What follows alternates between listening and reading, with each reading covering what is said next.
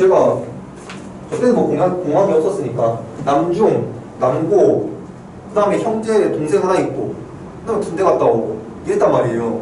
그러니까 사회에 나가서 어떤 일이 벌어지냐면은 내가 다른 건 다 괜찮아. 근데 여성들하고 의사소통하는 게 완전 꽝이더라고. 해본 적이 없으니까. 진혁이 교회 다니나요? 진혁이 좀 힘들겠는데 진혁이 나랑 비슷한 좀 계열로 갈 것 같은데. 남자들은 좋아해. 남자들은 나 너무 좋아해. 여자들이 싫어해. 이게 소통도 해봐야 알아요. 나 착한 사람이지, 배려심 있지. 근데 상대에 대해서 속성을 모르다 보니까 배려를 해주고 싶어도 할 수가 없어. 나의 배려와 받아들이는 배려가 다르더라고. 계속 만나봐야 돼. 만나봐야. 특히 우리가 그러니까 특히 이제 어쨌든 사회에 나가면은 사람의 절반이 여자고 사람의 절반이 남자잖아요. 그러다 보니까 서로가 서로의 성별에 대해서 알아야 돼요. 알아야 돼. 나는 그런 문화도 그런 것도 의사소통 방법도 학교에서 배워야 된다고 생각하거든요. 근데 아직까지 인천 남녀공학보다는 남고 여고가 더 많을 것이고 그런 것도 좀 아쉽다. 진짜 교복 입고 연애하고 싶었어. 학교 학창시절에 그게 꿈이었는데 내가 완전 십덕이거든요. 지금은 이제 아니라고 말을 하지만은 남들이 보면 십덕이겠지만은 도덕인데 어렸을 때 만화책 많이 봤어요. 일본 순정만화 같은 거 되게 많이 봤거든. 일본 순정만화 보면 맨날 교복 입고 학생들이 연애하고 있잖아. 중학생, 고등학생들. 그래서 나도 하고 싶다. 그런데 다 지나간 옛 추억이죠. 138페이지. 138페이지 보겠습니다. 읽고 또 듣고 놀면서 내가 9페이지 준비 안 했구나. 4개. 2개 빠르게 하고, 여러분한테 문제 풀어가지고 맡긴 다음에 다른 페이지를 복사해 보겠습니다. 자, 성산문의 작품. 성산문의 작품이에요. 두 번째도 성산문의 작품입니다. 근데 두 번째 작품도 여러분들이 읽을 때 조금 이렇게 좀 정서를 열어두고 보시면 좋겠어요. 자, 성산문이 처형을 당합니다. 처형을. 처형을 당할 일이 이제 처해 있어요. 그래서 할 말 없는가? 이제 수양된 분이 이제 그렇게 세조가 성산문 할 말 없어? 한마디 더 안 해볼 거야? 하니까는 그때 외웠던 노래가 이 작품입니다. 그 다음에 진짜 목에 칼을 겨누고 있을 때 이렇게 부른 것은 아니고 내가 이렇게 설명하니까는 어떤 학생이 질문을 하는데 이런 질문 하죠. 선생님 이 노래 다 부를 때까지 기다려줬나요? 그럼 안 기다려주고 그냥 한 줄 부르니까는 그냥 세조가 막 컷 이렇게 잘라버리지 않았을 거 아니야. 그건 아니겠지. 아무튼 죽음을 앞두고 며칠 전이 됐든지 간에 이렇게 지은 작품입니다. 얼마나 절실하고 애절하겠어요. 내가 세조 전하 제가 마음을 바꿨습니다. 저 좀 살려주십시오 하면 살려줬을 거예요. 세조가. 그래서 살려줄 수도 있어. 세조는 원래 그런 사람이었어요. 자기한테 붙으면은 다 용서해 줬었습니다. 그렇지만은 성산문은 단종에 대한 충성심을 선택했어요. 어떤 마음을 선택했을까? 자기가 죽을지 뻔히 알면서 그 마음을 느끼면서 이 노래를 읽어야 돼요. 자, 읽어봅시다. 이 몸이 죽어서 무엇이 될까 하니 이 몸이 죽어서 죽는다는 건 이미 기정사실이에요. 그럼 죽어서 내가 다시 태어났을 때 뭐가 될꼬 하니 복례산 제일봉의 낙락장송이 되고 싶다. 복례산 제일봉의 낙락장송이 되고 싶다. 아까 단종이 유배를 갔다고 했습니다. 유배. 이 유배지가 강원도 영월이에요. 강원도 영월이라는 곳으로 유배를 갑니다. 완전 산골짜기지. 영월 들어본 적 있어? 어딘지 들어봤습니까? 안 들어봤어. 나도 어딘지 모르겠어. 나도 어딘지 모르겠어. 산골짜기 꼴짜기. 그 꼴짜기 산 이름이 뭐예요? 복례산입니다. 즉 단종이 유배를 가 있는 곳이 복례산이라는 거예요. 이 산 밑에 어디 집을 지어줬겠죠. 집 지어주고 도망 못 가게 앞에는 강물이 흐를 것이고 혼자 쓸쓸하게 외롭게 배고프고 춥게 그렇게 살도록 만드는 게 유배지예요. 유배지. 이렇게 사는 겁니다. 단종이 여기에 이렇게 지내고 있는 거예요. 감옥처럼 살고 있습니다. 자, 이때 성산문이 내가 죽어서 뭐가 되고 싶다고요? 복례산 제1봉에 여기 어떻게 제일 높은 봉우리가 있겠죠. 소나무 그림 진짜 못 그린다고 했어요. 소나무가 되어서 살고 싶구나. 이유가 뭘까요? 소나무가 되고 싶다는 이유가 뭐예요? 내가 무엇이다 단종에게 가까워지고 싶었기 때문이겠죠. 이해되십니까? 소나무는 뭘 의미하는 거예요? 결국에는 충성심을 의미하는 거겠죠. 지저도 되고 충돌도 되고 좋죠. 지정도 중괄도 되고. 이런 사물이라고 보시면 되겠습니다. 자, 그렇게 복례산 제1공에 낙낙장송 소나무가 되어서 백설이 만건곤 할 때 독야청청하리라. 백성이 만건곤 할 때 독야청청하리라. 만건곤, 곤 하늘입니다. 곤 땅이에요. 만건곤 하늘과 땅을 가득 채울 때 뭐가? 백설이 하늘과 땅을 가득 채울 때 나 홀로 독야청청하리라. 소나무의 특징이 뭡니까? 상목수예요. 1년 12달 4계절 내내 푸른 빛을 잃지 않습니다. 자, 푸른 빛을 잃지 않는다. 다른 말로 변함 없다. 지조와 절개의 뜻이 뭐라고 했어요? 변함없는 마음. 소나무는 푸른색을 변하지 않는 속성을 지니고 있기 때문에 결국 소나무는 지조와 정절을 의미하는 것이겠죠. 자, 백설이 만공할 때 온 세상이 하얗게 변했을 때 나 홀로 파란색을 유지하겠다. 나는 하얀색으로 변하지 않고 계속해서 파란색을 유지하겠다. 그래서 충정심을 노래한 작품이라고 보시면 되겠습니다. 자, 백설, 흰색. 이 작품에서 설명할 것은 이거 하나입니다. 이제 이거 하나예요. 백설은 흰색, 소나무는 독야청청 파란색. 흰색과 파란색 이 두 개가 모여 있을 때 이걸 우리가 뭐라고 하죠? 거기 뭐라고 할까요? 이거 흰색과 파란색이 모여 있을 때 우리 뭐라고 해요? 흰색과 검은색. 그 다음에 뭐였을까? 빨강과 파랑. 흰색과 파랑. 이 관계를 뭐라고 그래요? 색채 대비라고 하죠. 색채 대비. 안 들어봤나? 어떻게 설명해야 될까? 색깔 있죠, 색깔. 우리 여기 색깔들이 있습니다, 색깔. 이 색깔들이 자, 파란색을 더욱 파랗게 보이게 하고 싶어요. 여기에 물감을 칠했다고 하시잖아요. 파란색에 물감을 칠했어요. 이 파란색을 더욱 파랗게 보이게 만드는 방법이 뭐가 있을까요? 파란색 물감을 더 칠해? 더 칠하면 더 파랗게 보일까? 그럴 수도 있을 거예요. 파란색 더 크게 칠하면 그럴 수도 있겠지. 하지만 어떤 방법이 있습니까? 여기를 하얀색으로 둘러싸버리는 겁니다. 하얀색으로 둘러싸면 이 파란색이 더욱더 파랗게 보인다고 해요. 나도 미술이 아니라서 몰라. 파랗게 보인다고 합니다. 그걸 뭐라고 해요? 색채 대비라고 해요. 우리 파란색과 하얀색을 이렇게 교차시켜가지고 만든 브랜드가 있습니다. 브랜드 상표가. 그게 뭐냐면은 포카리 스웨트. 포카리 스웨트 캔 떠올려 보실래요? 마신 적 있죠? 포카리 스웨트 캔 떠올려 보세요. 어떻게 생겼어요? 파란색 이 캔에, 파란색 캔에 파란색으로 칠한 다음에 뭐 이런 식으로 하얀색이 색칠이 되어 있습니다. 그리고 포카리 스웨트하고 여기 글자가 하얀색으로 또 써있죠. 파란색과 하얀색을 이렇게 번갈아 사용함으로써 더욱 그 청량감을 늘리고 싶었던 거죠. 깨끗함, 그다음에 신선함, 청량감을 늘리고 싶었던 거겠지. 이걸 뭐라고 한다고요? 색채 대비라고 한다고. 색채 대비. 하얀색과 파란색. 하얀색과 검은색은 이건 확실히 알겠죠? 색채 대비인지. 하얀색 밝고 검은색 어둡고. 빨간과 파랑 이거는 뜨겁고 이거는 차갑고. 빨간색의 더 뜨거움을, 빨간색의 열정을 더욱 강조하고 싶으면 어떻게 하면 돼요? 빨간색을 더 열심히 칠해? 이게 아니라 옆에 파란색을 넣으면은 이게 더욱 부각이 될 것이라고. 물론 파란색도 부각이 되겠죠. 흰색이 부각된과 동시에 검은색도 부각이 되겠죠. 이게 색채 대비입니다. 색채 대비. 자, 백설이 만건곤 할 때 흰색, 소나무는 파란색. 백설을 그럼 뭘 의미하겠습니까? 고난, 시련, 화자에게는 고난과 시련이고 결국에는 세조의 어떤 세력이 되겠죠. 세조의 세력이 우리 조선 땅을 꽉 채웠을 때 나는 어떻게 하겠다? 여기 있는 지조와 절개를 지키겠다. 어떤 의지적인 태도를 보여주고 있죠. 자, 뭐라고 했어요? 흰색과 파란색이 대비했을 때 파란색이 더욱 부각된다고 했죠. 부정적인 것과 긍정적이 있을 때 이 긍정적인 것이 더욱 부각이 돼서 이게 주제가 강조된다라고 말할 수 있을 것 같습니다. 이런 작품이 두 번째 작품이었어요. 복용 이해되셨나요? 네. 자, 세 번째 작품 보도록 하죠. 세 번째 작품. 번곤이라는 단어 들어본 적 있나요? 번곤?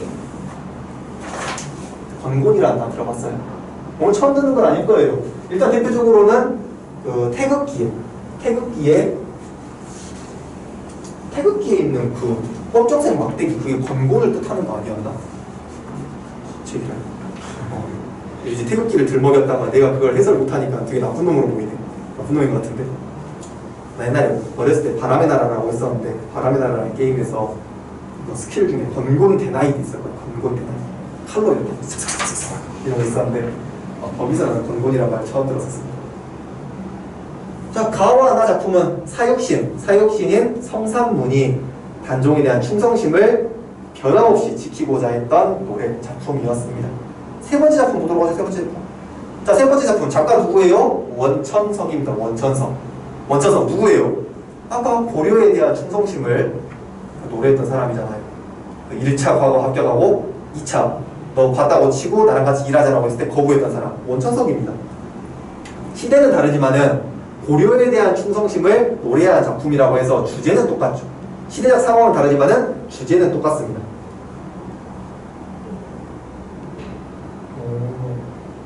시간적으로 보더라고.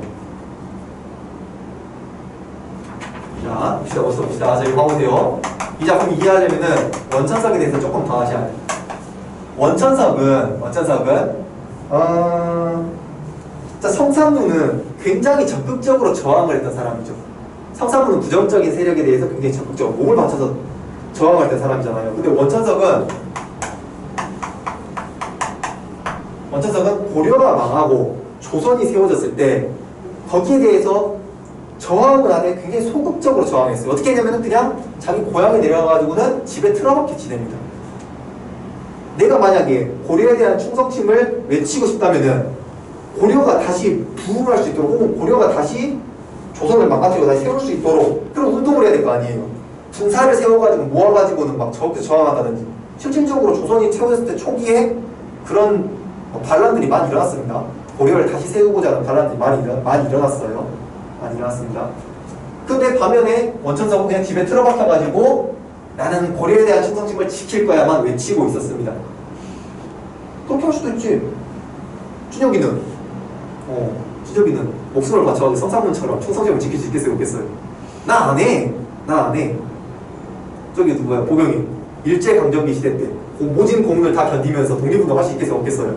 난 못해. 난 고문 기구 눈에 보이는 순간 그냥 쟤가 범인이에요. 제 동지 쟤입니다. 다 불어버려요. 전부 불어버리고 나 혼자 살아남을 겁니다. 못해. 어쩌다 비슷했겠죠. 비슷했어. 자, 그러다 보니까 이 소극적인 태도에 대해서 비판을 하는 사람도 있었습니다. 비판. 야, 원천석, 너 우리 충성심 지킨다면서 우리랑 같이 뜻을 함께 하자고. 너 이거 말만 이렇게 입만 나무거릴 뿐이지 고려에 대한 충성심 다 사라진 거 아니야? 너 배신자 아니야? 이렇게 비판을 하는 사람도 있습니다. 비판.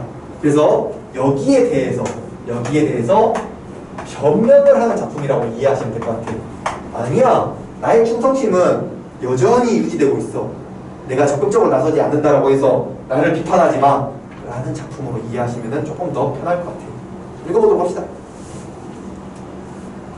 눈 맞아서 휘어진 대나무를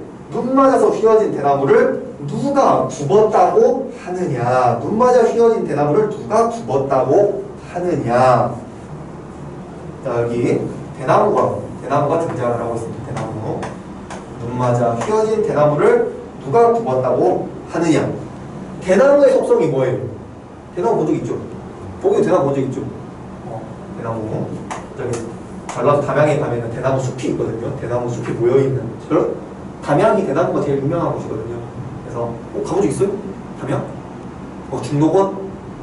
거긴지는 모르겠는데 중록원이라는 곳이 되게 유명하거든요. 유명한데, 자, 얘기인데 대나무의 속성은 꼿꼿합니다. 꼿꼿해요. 꼿꼿해. 두 번째, 소나무하고 똑같이 변함이 없죠. 상록이라고 할까? 상록. 항상 초록색이다라고 해서 꼿꼿하고 상록을 보이고 있습니다. 꼿꼿하다. 강직한 사람이겠죠. 내가 어디 회유 당한다고 해가지고는 이렇게 할까? 이렇게 휘는 게 아니라 싫어. 안 할 거야. 강직한 사람. 상록, 지조와 절개, 변함없는 마음. 이런 걸 의미하는 게 대나무예요, 대나무. 근데 대나무가 눈이 많이 오다 보니까는 살짝 휘었어, 이렇게. 살짝 휘었어. 대나무가 눈이 많이 와가지고 바람이 많이 부니까 살짝 휜 겁니다. 하지만은 죽은 건 아니죠. 이게 좀 눈 좀 치워지면 다시 살 거 아니에요. 그렇죠? 지금 이런 모습을 떠올리면 좋겠습니다. 눈 맞아서 잠깐 일시적으로 휘어진 대나무를 보고 누가 그걸 보고 야, 저 대나무는 죽은 대나무야 라고 하는가. 안 하지 않아? 잠깐 휘어진 것처럼 보일지 모르더라도 대나무는 원래 꼿꼿한 거잖아. 누가 그렇다? 내가 그렇다. 니네 지금 나를 좀 비판하지만은 나의 중심은 변함없어 꼿꼿해. 만약에 죽어버릴 절개라면은 눈 속에서 푸르겠느냐? 이 꼿꼿함이라는 성격이 만약에 없어졌다면은 이 상록이라는 성격도 없어져야 되는 거 아니냐? 근데 보니까 상록은 유지되고 있어. 그러면 꼿꼿도 유지되고 있는 거라고 이 자식들아. 나를 비판 좀 하지 마. 이런 작품이라고 보시면 되겠어요. 아마도 세한고절, 세한은 한겨울이라는 뜻입니다. 한겨울. 아마도 한겨울에 고고하게 절개를 지키는 것은 아마도 너뿐인가 하노라 라고 합니다. 되셨나요? 네, 되었어요. 이 대나무를 보면서 너라고 지칭하고 있죠. 의인법을 통해서 너에 대한 친근감, 대나무에 대한 친근감, 혹은 야, 너의 지조와 절개가 정말로 대단해 라는 예찬, 이렇게 작품을 이해하시면 되는 거였습니다. 자, 이런 작품이었어요. 두 번째 작품이라든지 세 번째 작품 보시면은요, 소나무랑 대나무에 대해서 긍정적으로 대하고 있잖아요. 긍정적으로 평가하고 있고 긍정적으로 대하고 있고 내가 그것이 되고 싶다고 말하고 있고. 그렇기 때문에 이 작품을 모르면은 자연친화라고 학생들이 말을 해버려요. 실제로 자연친화라고 합니다. 그러지 않기 위해서 배운 거라고 보시면 돼요. 자, 사문자라는 단어 하나 설명하고 넘어가도록 하겠습니다. 우리가 오늘 6시에 끝나죠? 그러면은 작품은 여기까지만 하고 끝내겠습니다. 오늘 6작품씩 해야겠다. 6작품. 사문자, 거기 사문자 들어봤죠? 들어봤어? 어디서부터 설명하는지 잘 몰라요. 자, 사문자. 우리 조선의 선비들이 4개의 자연물을 정했어요. 4개의 자연물을 정했습니다. 그리고 그 자연물에게 군자가 지녀야 되는, 자, 4개의 자연물에 군자가 지녀야 되는 속성을 부여를 했습니다. 사실 자연은 아무 생각이 없죠. 근데 사대부들이, 유학자들이 자기들 멋대로 그냥 군자가 지녀야 되는 속성을 자연물에 집어넣어버렸어요. 자, 4개가 뭐냐? 계절에 따라 다르거든요. 봄, 여름, 가을, 겨울에 해당하는 4개의 자연물. 봄은 매화가 되겠고요. 여름은 난초가 되겠고, 가을은 국화가 되겠고, 겨울은 대나무입니다. 이게 사문자예요. 매난국죽이라고 합니다. 매난국죽. 대나무 죽자 써서 매난국죽이라고 해요. 난초는 거의 안 나오니까 이건 기억하실 필요 없습니다. 이건 기억하실 필요 없고, 요거 3개는 알아두셔야 돼요. 만약에 내가 시조를 보는데 혹은 가사를 보는데, 즉 조선 사대부가 쓴 작품을 보는데 이 3가지가 나온다. 그러면 무조건 사문자의 의미를 부여하시면 됩니다. 무조건이에요. 무조건. 비둘기가 가지고 있는 상징성 의미 뭡니까? 평화. 그렇죠. 조선시대 가가지고 비둘기가 가진 의미가 뭡니까? 평화라고 해서 안 했을까? 안 했겠지 당연히. 이건 문화가 가진 상징이에요. 그 문화권이 부여한 상징입니다. 조선시대 때는 이 4개에다가 자연스럽게 뭘 집어넣었어요? 지조와 절개를 집어넣었습니다. 우리 두 번째 작품에서 소나무 맞죠? 소나무. 남락장 소나무. 여기 소나무 안 들어있죠? 소나무 안 들어있는데 소나무는 여기 그냥 번외편으로 끼워넣으면 됩니다. 소나무. 세 번째 작품에서 대나무 나왔죠? 대나무. 소나무, 대나무, 국화, 매화 이것들 전부 그냥 등장하면은 무조건 지조절개라고 이해하시면 돼요. 지조절개. 무조건 지조절개. 왜 그런지는 설명드리겠습니다. 매화가 가진 특징이 뭐냐면요. 화투 쳐본 적 있죠? 화투에서 2월을 상징하는 게 매화거든요.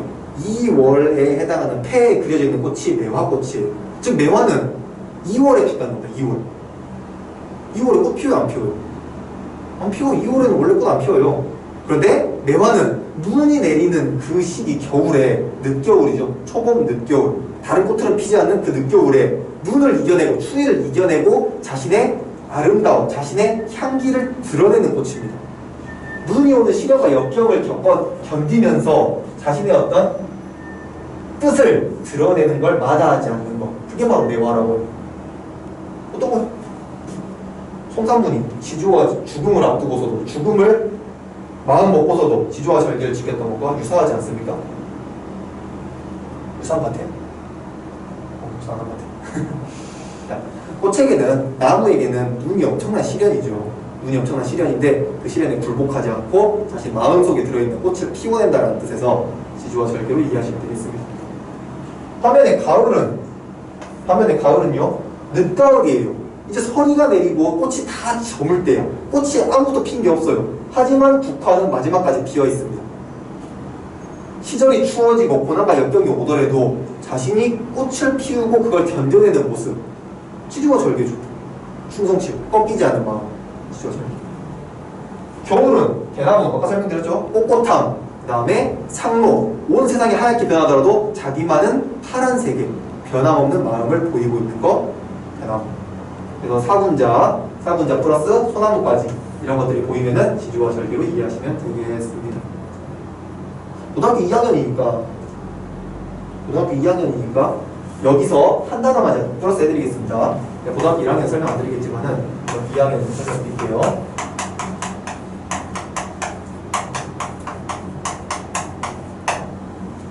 문제 풀면 이거 나옵니다. 문제 풀면은 고등학교 2학년 수준에서 나올 법해요. 관습적 상징이라는 말을 씁니다. 관습적 상징. 자, 어떤 문화, 어떤 시대, 어떤 나라에서 공유되고 있는 상징을 관습적 상징이라고 해요. 조선이라는 시대에, 조선이라는 나라에서 유교라는 문화를 향유하고 있는 사람들끼리 사용한 상징물이에요. 이 사군자가. 그래서 관습적 상징이라고 하는 겁니다. 자, 십자가에 얽혀있는 의미는 뭐 있습니까? 고객님 교회 다니세요? 안 다녀요? 자, 십자가에 들어있는 상징적 의미는 뭘까요? 십자가. 예수님이 십자가에 못 박혀서 온 세상의 사람들의 죄를 짊어지고 대신 죽어졌잖아요. 그거 들어본 적 있죠? 그러니까 십자가는 어떤 희생이라는 의미가 들어있습니다. 희생. 자, 이거 내가 아프리카 원주민들을 비하하는 거 아니지만 아프리카 원주민들한테 가가지고 십자가 보여주면서 이게 뭘 의미합니까? 라고 물어보면 희생이라고 대답할까 안 할까요? 안 하지. 서구 문화권의 접근하지 않았던 원주민들이 가가지고 그걸 물어보면은 대답을 못합니다. 십자가가 희생이라는 의미는 무슨 상징이에요? 관습적 상징입니다. 이것도 유교 문화권에서 향유하는 상징이니까 관습적 상징이라고까지 알아주시면 되겠습니다. 끝? 이렇게 오늘은 끝이에요. 왜? 진혁이 왜? 안 끝내면 좋겠어? 계속 하면 좋겠어? 일단은 이런 식으로 할 생각입니다. 일단은 시조를 계속 늘려가보도록 할 거예요. 시조 목표는 한 50개 정도 알아야지. 저도 많이 몰라요. 한 100개는 알라나. 100개 정도 알라나 싶어. 저도 모르는 시조 보면은 해석 못해요. 제가 시조를 자유자재로 해석할 수 있는 이유는 하도 많이 봐서. 똑같아요. 여러분이 해석을, 시조를 선생님 시조 해석 못하겠어요. 시조 해석 너무 어려워요. 이유가 뭐예요? 시조를 많이 안 봐서. 그 시조를 몰라서 그런 거예요. 그 시조를 몰라서. 그 시조 알면 해석할 수 있는 거지. 그러니까 알려줘야지. 내가 알려줘야지. 자, 이렇게 정리해 보도록 하겠습니다. 오늘 수업은 여기까지예요.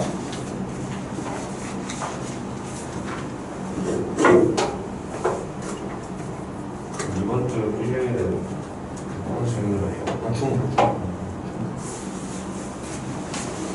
이 수업을 들으실 분이 4명인가 있었던 것 같아. 4명.